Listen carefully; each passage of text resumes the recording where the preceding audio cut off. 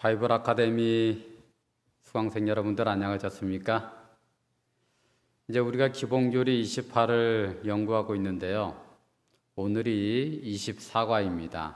그래서 총 파트로는 이 기본교리 28을 크게 6개의 큰 분류로 나누는데 그 6번째 파트인 종말론에 대해서 연구해 보도록 하겠습니다.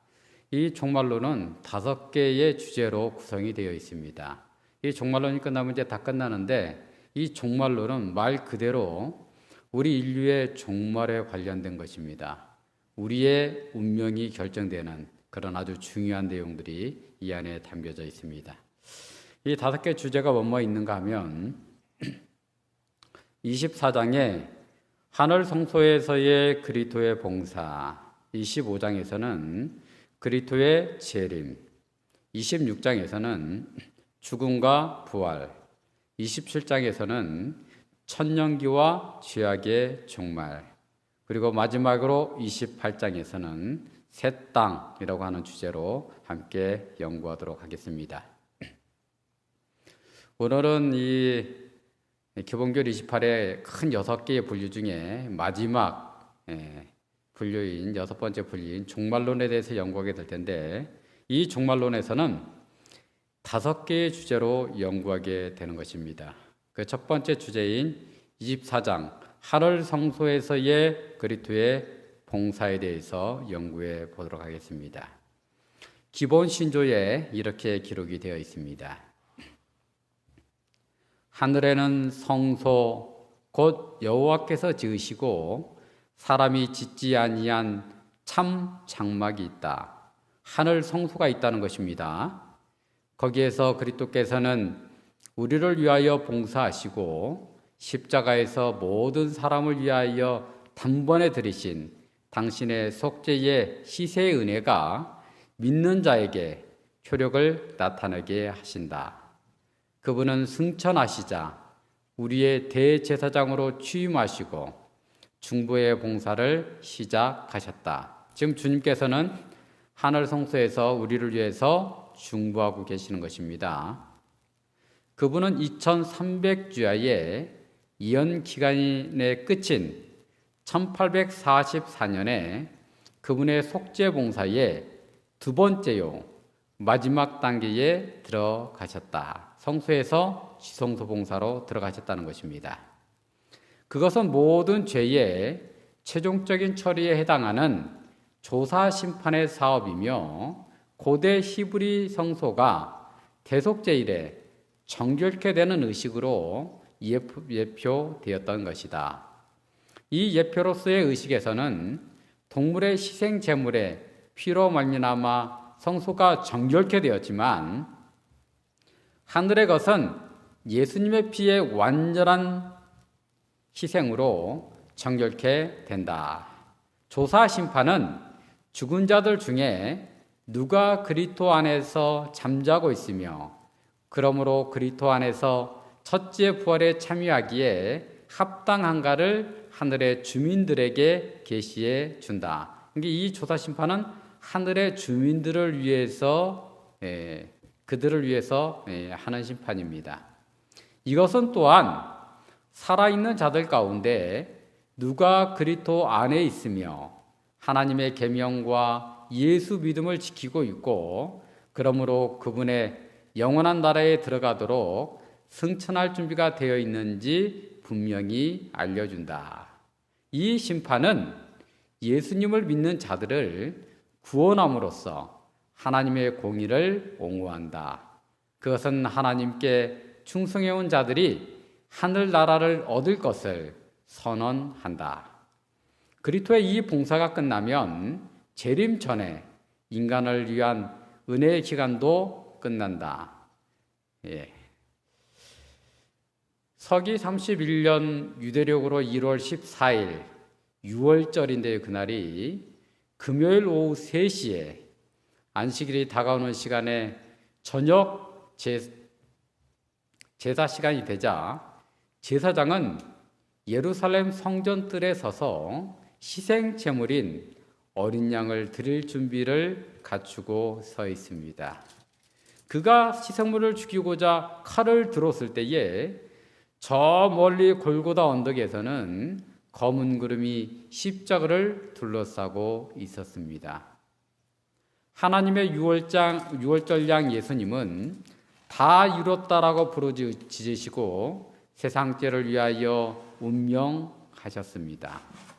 그때 땅이 진동하고 예루살렘 성전에서 어린 양을 잡으려던 제사장은 놀라서 칼을 떨어뜨리고 어린 양은 도망칩니다. 지진의 소음 속에서 그는 보이지 않는 손이 성전 휘장을 위에서부터 아래로 푹 하고 찢는 요란한 소리를 듣는다. 표상은 실제를 만난 것입니다. 여러 세기를 통하여 성전의 봉사가 가르쳐온 바로 그 사건이 이루어진 것입니다. 표상이 실체와 만났기 때문에 이 희생을 예표하는 의식들은 폐지가 된 것입니다. 그래서 휘장은 찢어지고 칼은 떨어지고 어린 양은 도망친 것입니다. 주님께서는 부활 승천하셔서 우리의 대제사장으로서 이 속죄 희생이 모든 사람에게 효력을 나타내도록 하기 위하여 하늘 성소 봉사를 시작을 하신 것입니다. 그러니까 우리 재림교회는 주님께서 하늘 성소에서 봉사하고 계신 것을 믿습니다. 많은 기독교 교파 중에서 이 하늘 성소 봉사를 믿지 않는 교파들이 많이 있어요. 이것이 바로 우리 재림교회와 구별되는 것 중에 하나이고, 우리 재림교회는 하늘 성소를 믿을 뿐만 아니라 우리의 대제사장 되시는 예수 그리스도께서 하늘 성소에서 봉사하고 계심을 믿는 하나님의 백성들인 것입니다. 지금 주님은 하늘에서 뭐하고 계신다고요? 주님께서 승천하신 지 2000년 가까이 되어 가는데 주님은 왜 빨리 오시지 않는 것일까요? 이 땅에서 당하는 사람들의 고통과 아픔을 우리 주님은 과연 아시고 계시는 것일까요? 주님은 우리를 사랑하시되 죽기까지 사랑하시는 분이십니다.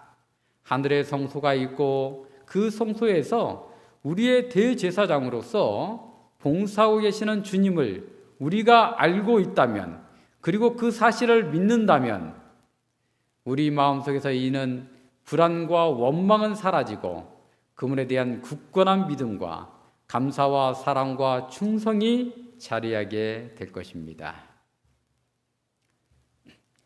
여러분, 하늘에 성소가 있다는 사실을 꼭 깨닫고 믿게 되시기를 바랍니다. 하나님께서 시내산에서 모세에게 성소를 지으라고 말씀하셨을 때에 모세는 하늘 성소의 식양, 사본, 축소판 모델을 본 것입니다. 출애굽기 25장 9절에 보면 물은 내게 보이는 대로 장막의 식양과 그 기구의 식양을 따라 지을지니라. 40절, 너는 삼가 이 산에서 내게 보인 식양대로, 이게 시내산에서 이 성소의 식양을 다 본 것입니다.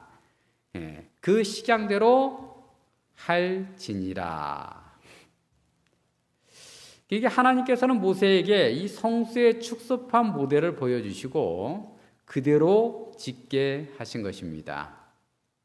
그렇다면 모세가 본 그 성소는 어디에 있는 거예요? 그 답이 히브리서 8장 5절에 기록이 되어 있습니다. 저희가 섬기는 것은 하늘에 있는 것의 모형과 그림자라. 모세가 장막을 지으려 할 때에 지시함을 얻은 바와 같으니 가라사대 삶과 모든 것을 산에서 내게 보이던 본을 쫓아 지으라 하셨느니라. 모세가 지은 성소는 하늘에 있는 성소의 모형과 그림자였습니다. 그렇다면 예수님께서는 승천하셔서 하늘에서 뭐라고 계실까요? 히브리서 4장 14절에 이렇게 정확하게 우리에게 말씀해 주고 계십니다. 그러므로 우리에게 큰 대제사장이 있으니 승천하신 자 곧 하나님 아들 예수시라. 예수님은 지금 어디에서 뭐라고 계신다고요? 하늘 성소에서 우리를 위해서 우리의 대제사장으로서 봉사하고 계심을 믿게 되시기를 바랍니다. 그러므로 이 성소의 원형은 하늘에 있는 것이고 지상에 있는 성소는 모형과 그림자라는 사실을 기억하게 되기를 바랍니다. 이 지상 성소의 역사를 잠깐 살펴보면 모세가 지은 이 이동식 성소가 약 400년이 지난 후에 솔로몬 왕이 지은 예루살렘 솔로몬 성전으로 바뀌게 되죠. 그리고 느부갓네살이 그 성전을 파기한 후에 바벨론에서 포로에서 돌아온 귀양인들이 수룹바벨 성전으로 재건하게 됩니다. 그리고 헬라의 셀루쿠스 왕조의 안티오쿠스 에티파너스 4세가 이 성전을 파기하게 됐는데 헤롯 대왕이 이스라엘 백성들의 환심을 사기 위하여 건축을 했습니다. 이것이 예수님 당시의 성전이고 이것이 로마에 의해서 서기 70년에 타이터스 장군에 의해서 돌 위에 돌 하나 남김없이 예수님의 예언대로 완파되게 되었습니다. 이것이 지상 성전의 역사입니다. 그런데 예수님께서 십자가에서 돌아가심으로써 지상 성소의 역할은 끝이 나게 된 것입니다. 모델이요 그림자로서의 지상 성소의 역할은 끝이 나고 실제 하늘 성소의 봉사로 예수님께서 승천하셔서 옮겨가게 된 것입니다. 여러분 요한계시록에 보게 되면 사도 요한은 이상 가운데 하늘 성소를 보게 됩니다. 그는 그것을 하늘의 증거 장막의 성전 혹은 하늘에 있는 하나님의 성전이라고 묘사하고 있습니다. 거기서 그는 지상 성소에 성소 안에 있는 기구들의 원형인 7 금추대를 봤고요. 금단과 같은 이 금단이 뭐예요? 분향단이잖아요. 기구들을 보았습니다.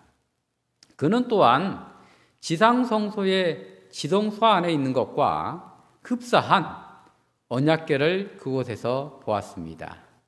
하늘의 분향단은 하늘 성전에 있는 하나님 보좌 앞에 있습니다.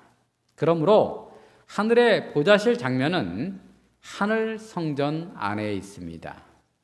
마지막 심판이 하나님 성전으로부터 나오게 되는 것은 이런 이유 때문인 것입니다.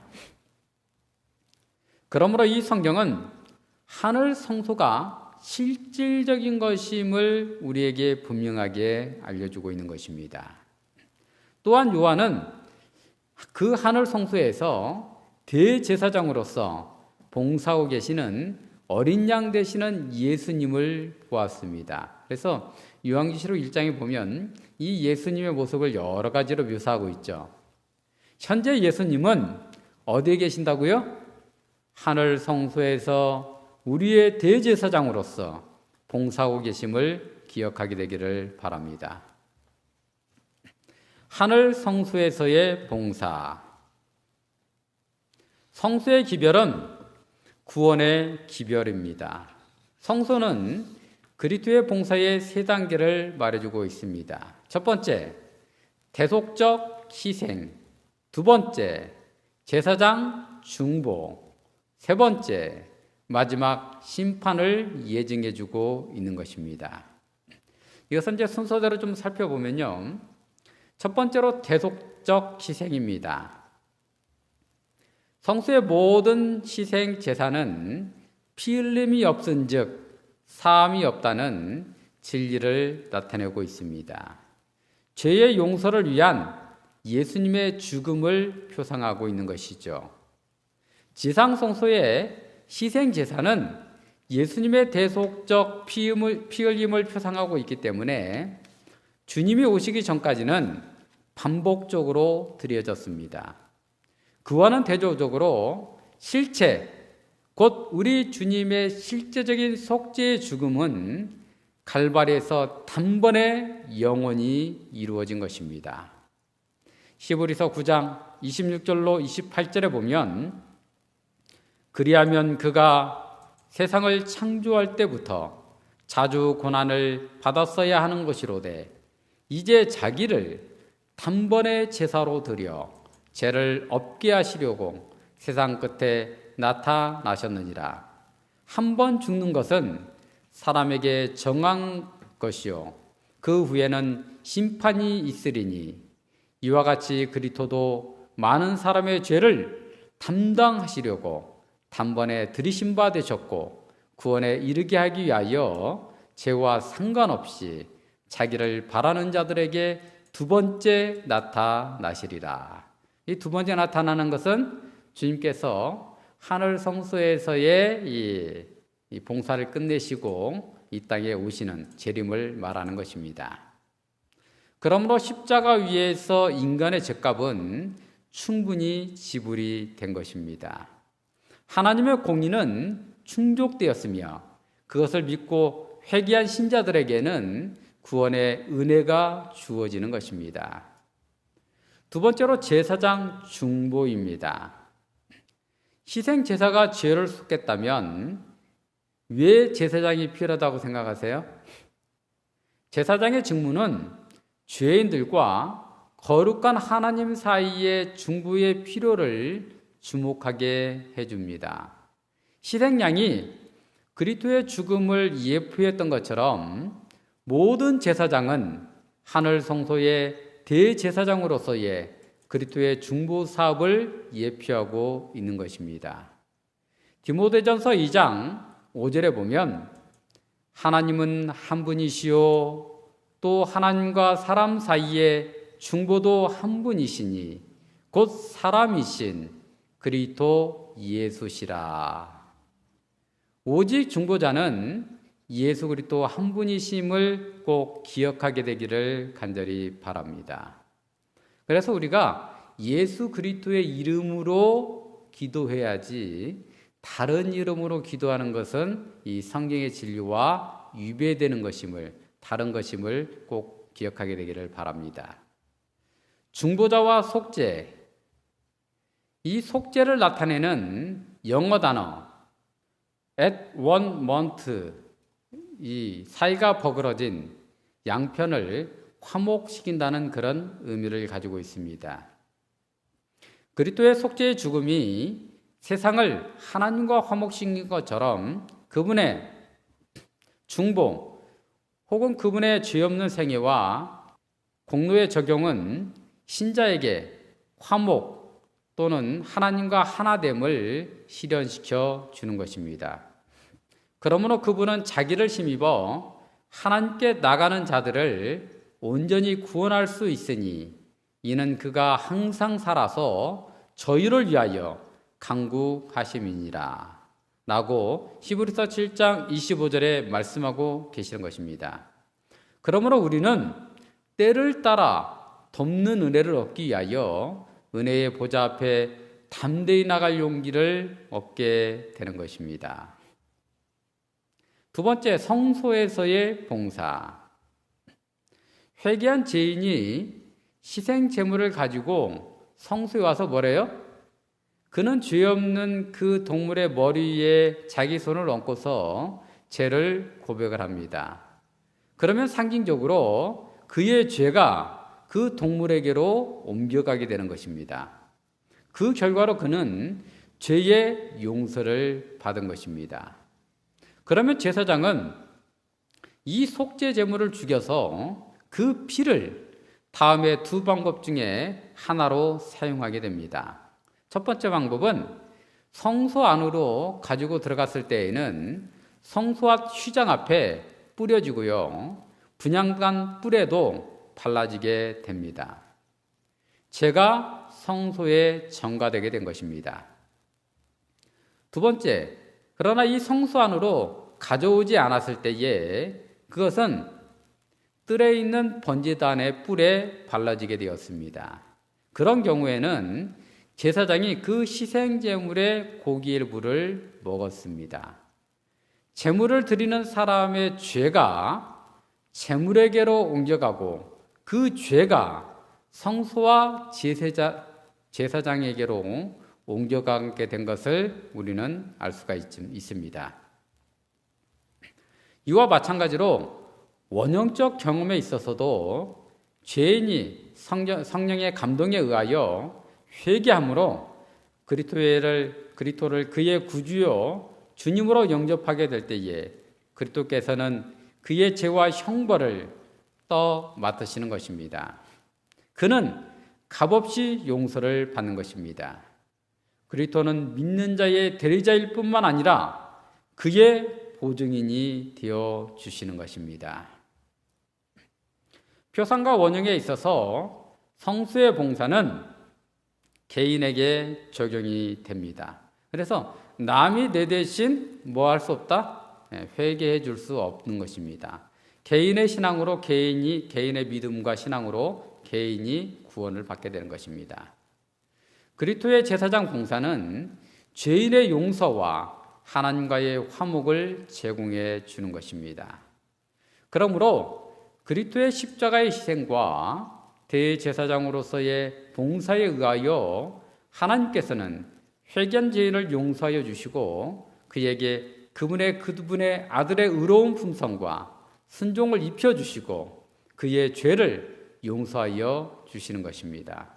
그리고 생명책에 그의 이름을 그분의 자녀들 중에 하나로 기록하시는 것입니다.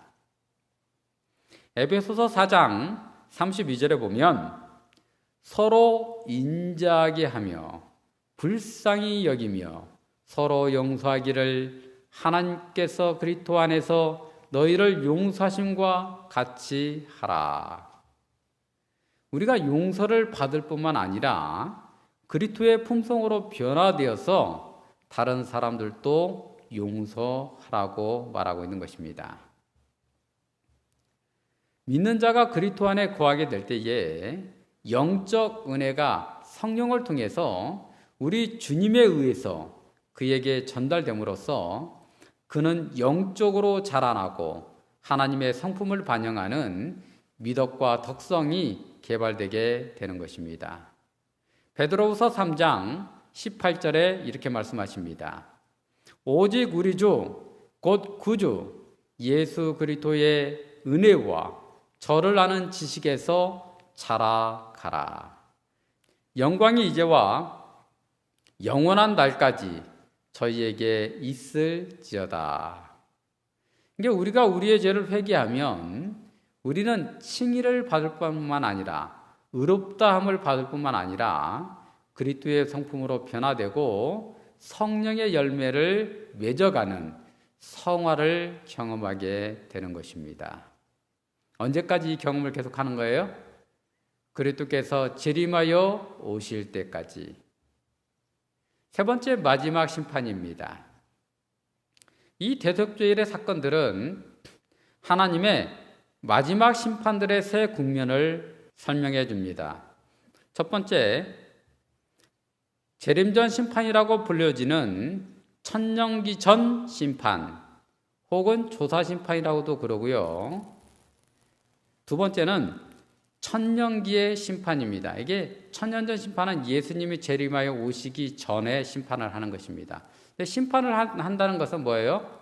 하늘 성소에서는 이 지성소가 정결하게 됨을 입는 것이거든요. 그래서 이 첫 번째 심판이 이루어지는 때는 언제냐? 예수 그리스도께서 성소에서 지성소로 들어간 때부터 시작이 된 것입니다.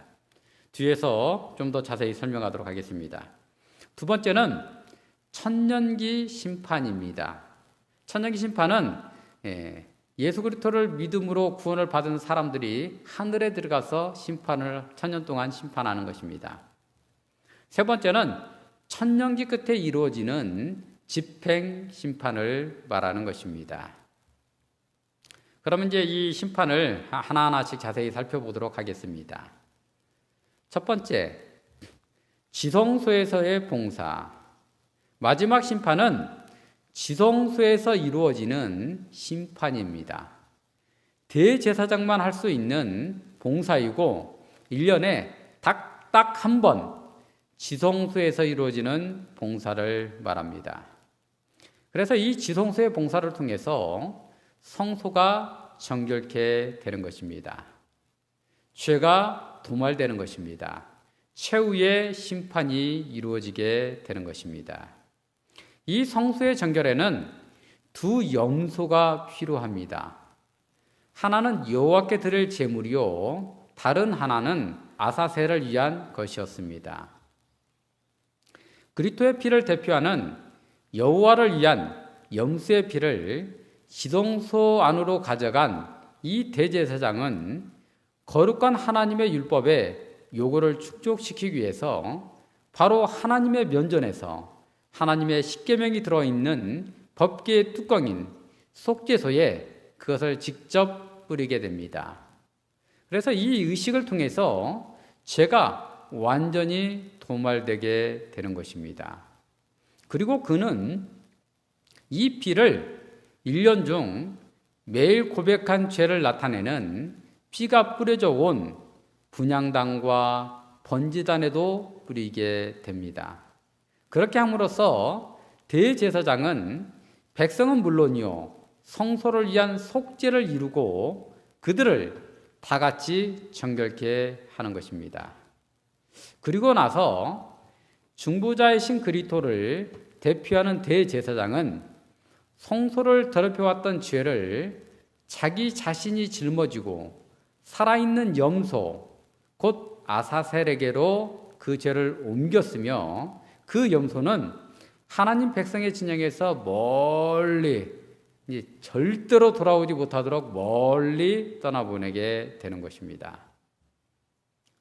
그래서 하나님 백성과 성소는 염소의 피로 인해서 정결케 되었으며 모든 죄들을 아사셀을 위한 염소에게 전가해서 백성들의 진영에서 떠나보냄으로써 죄를 하나님의 백성과 영원히 분리하는 의미가 있는 것입니다. 그러므로 아사셀 염소, 히브리어로 아사셀을 영어로 스킷 곧 이 쫓겨난 염소, 곧 보내버린 염소에서 유래하고 있습니다. 그러므로 이 아사셀 염소는 누구를 상징하는 것 같아요? 그리스도를 나타내는 것이 아니라 사탄을 나타내는 것입니다. 그러니까 많은 기독교 교파에서는 이 아사셀 염소를 그리스도로 잘못 해석하고 있는 경우가 많이 있습니다. 그 이론적 근거를 한번 살펴보면요. 첫 번째, 이 아사셀은 희생 제물로 죽음을 당하지 않았기 때문에 용서를 가져다주는 수단으로 사용될 수가 없었습니다. 그래서 어린 양 되시는 예수 그리스도가 될 수 없다는 것입니다. 왜냐하면 피 흘림이 없은즉 사함이 없기 때문인 것입니다. 두 번째, 성소는 아사셀이 의식에 참여하기 전에 여호와께 드려진 염소의 피에 의해서 완전히 정결해진 후에 이 아사셀 염소에 대한 의식이 집행되잖아요. 그래서 이 아사셀 염소는 예수 그리스도를 상징하는 것이 아니고 사탄을 상징하는 것입니다. 세 번째, 성경 기록은 아사셀을 하나님께 대하여 반대되고 상반되는 개념으로 취급하고 있음을 보게 됩니다. 레위기 16장 8절에 보면 글자 그대로 한 제비는 여호와를 위하고 한 제비는 아사셀을 위하여 할지라고 되어 있는 것입니다. 그러므로 이 성소 비유에 대하여 배경에서 보게 되면 여호와를 위한 염소는 그리스도를 상징으로, 아사셀은 사단의 상징으로 생각하는 것이 훨씬 더 합리적이라고 하는 것입니다. 세 번째, 심판의 다른 국면들. 대속죄 이래 아사셀 의식은 갈바리를 넘어서서 죄의 문제, 마지막 종결, 곧 죄와 사단의 추방을 나타내는 것입니다. 죄에 대한 완전한 책임은 죄의 창시자요 선동자인 사단에게 넘겨지는 것입니다. 그래서 이 사단과 그의 추종자들, 그리고 모든 죄의 결과들은 완전히 파멸되어 우주에서 사라지게 되는 것입니다. 그러므로 심판에 의한 속죄로 말미암아 온 우주는 완전히 화목해지고 조화롭게 되는 것입니다. 이것이 그리스도께서 하늘 성소에서 행하는 제사장 봉사의 두 번째요, 마지막 국면에서 성취되어야 될 목표인 것입니다. 이 심판은 온 우주 앞에 하나님의 공의를 최종적으로 옹이하게 될 것입니다. 대속죄일은 마지막 심판의 새 국면들을 묘사해 주고 있습니다. 이게 이제 이 심판도 세 가지가 있다는 거예요. 세 가지 심판. 첫 번째, 성소에서의 죄의 도말은 첫 번째 혹은 재림전 조사 심판의 국면과 관련된다. 그것은 대속죄일이 회개한 자가 고백한 죄를 성소에서 도말하는데 초점을 두는 것과 꼭 마찬가지로 생명책에 기록된 이름들의 초점을 둔다. 그때 거짓 신자들은 체질을 당하여 떨어져 나갈 것이며 참 신자들의 믿음과 그리스도와의 연합은 충성된 우주 앞에서 재확인되게 될 것입니다. 그리고 그들의 죄의 기록들은 완전히 도말되게 되는 것입니다. 이렇게 의인들의 죄가 딱 도말되게 되었을 때에 주님께서 재림하여 이 땅에 오시게 되는 것입니다. 그래서 생명책에 기록된 이름을 호명하여 믿음 안에서 잠든 자들은 생명의 부활로 일으켜 세워주시고 살아있는 의인들은 호련히 변화되어 공중에서 주님을 영접하고 하늘 예루살렘 도성에 입성하게 되는 것입니다. 그러면 이 땅에 남아있는 악인들은 어떻게 될까요? 다 잠들게 되고 사단과 이 타락한 천사들은 1000년 동안 미혹할 사람이 없는 이 지구에서 있기 때문에 이 지구에 감금되게 되는 것입니다. 그래서 이 첫 번째 심판은 우주에 있는 의인들과 거민들을 위한 심판인 것입니다. 우주에 있는 모든 존재가 하나님의 심판이 의로우심을 확인하게 되는 것입니다. 두 번째 심판. 이 아사셀은 이제 광야에 추방하잖아요. 이것은 황폐된 이 지구에서의 사단의 1000년 동안의 감금을 상징하는 것입니다. 그것은 재림시의 시작이 되고 하늘에서 이루어지는 마지막 심판의 두 번째 국면과 부합되는 것입니다. 이 1000년기의 심판을 통해서 뭐랄까요? 구원받은 자들이 정말 왕같은 제사장이 되어서 하늘에서 악인들에 대한 심판을 살펴봄으로써 조사심판에서 이미 심판이 다 끝난 거잖아요. 근데 그 심판 기록들을 살펴봄으로써 하나님의 심판이 얼마나 공의롭고 완전하다는 것을 깨달음으로써 마음속에 조금도 의심이 없게 되는 것입니다. 그리고 하나님이 사랑이심을, 공의의 또 하나님이심을 확실하게 믿게 되는 것입니다. 그러므로 이 두 번째 하늘에서 있을 1000년 동안의 심판은 구원받은 의인들을 위한 심판인 것입니다. 그러니까 내가 살아가는 가족이 안 왔어요. 그러면 의심이 마음속에 들겠죠. 하나님 너무하시다. 예? 그래서 그런 것들을 어떻게 심판했는지를 낱낱이 그것을 알려줌으로써 그런 하나님에 대한 조금의 의구심이 없게 만들고 완전히 하나님의 사랑과 믿음을 믿게 만드는 것이 바로 이 하늘에서의 심판인 것입니다.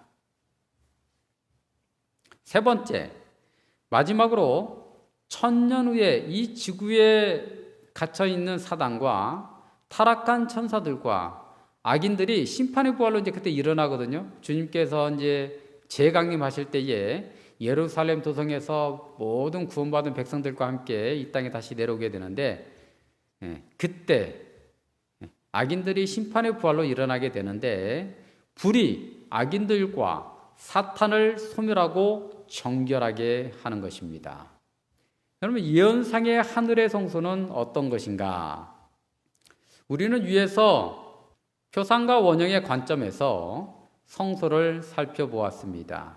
이제 예언 가운데에서 그것을 살펴보도록 하겠습니다. 다니엘서 9장에는 71회의 예언이 나옵니다. 이것은 하늘 성소에서의 그리스도의 제사장 봉사의 시작을 가리키는 것입니다. 490년 기간에 이루어질 마지막 사건들 중 하나는 지극히 거룩한 자가 기름 부음을 받는 것이었습니다.